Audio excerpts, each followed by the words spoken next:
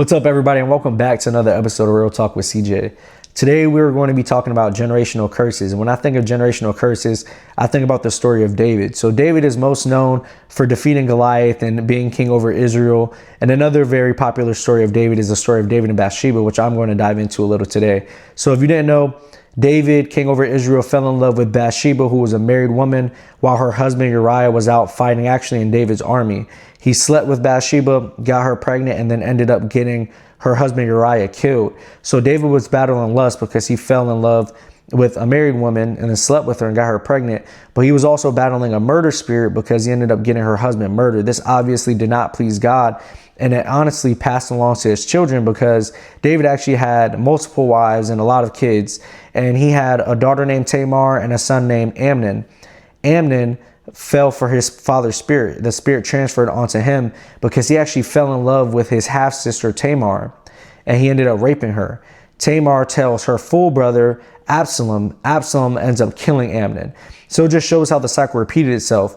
Amnon fell for David's lustful sin that turned into perversion because he fell in love with his own sister and raped her. And then Absalom fell for his father's sin, which was murder. So the cycle just repeated. And then if you look onto David's other son, Solomon, who was very popular in the Bible, Solomon was a mighty man of God. And ultimately, in the long end, he fell due to lust. He had over 700 wives. He started worshiping other gods because his wives were worshiping other gods. So it shows how the lustful spirit that his father David dealt with passed along to him. And the reason why I've been really thinking about generational curses is because me and my wife just recently announced that we are expecting a baby this year, which is super exciting. And every day I just pray, God, in the next couple of months, how do I prepare myself to be the best father I could be? And outside of just financially taking care of my family, I'm more thinking, how can I spiritually set my kid up for success? How can I make sure that they're walking in the right direction?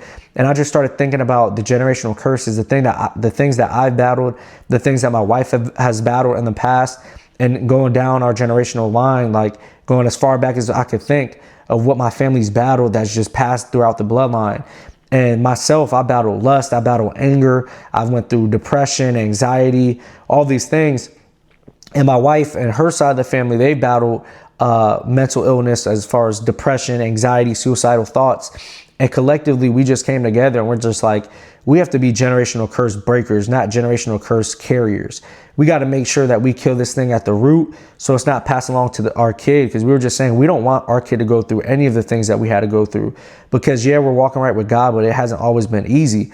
And the devil is like a toxic ex. Like even when you walk into the things of God and you turn your back on him, he always wants you back. He's always going to be tempting you with the things that you used to struggle with. So it just made me focus, lock in on my walk with God even further, because it's not just about me no more. Like, yeah, my salvation is very important, but also I don't want to pass this along to my kid and set my kid up for failure. So I'm like, you know what? The things that God's delivered me from, I got to make sure that I stay locked in and continue avoiding those things to avoid that being passed along to my kid.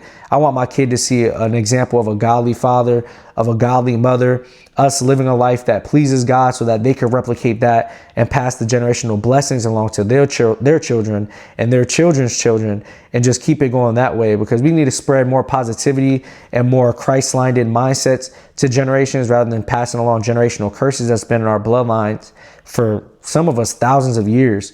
So I just thought that was very important, because I know a lot of us do deal with generational curses, but just know that generational blessings exist too. And it's spoken about in the Bible that God will bless you, your children, and their children, their children's children.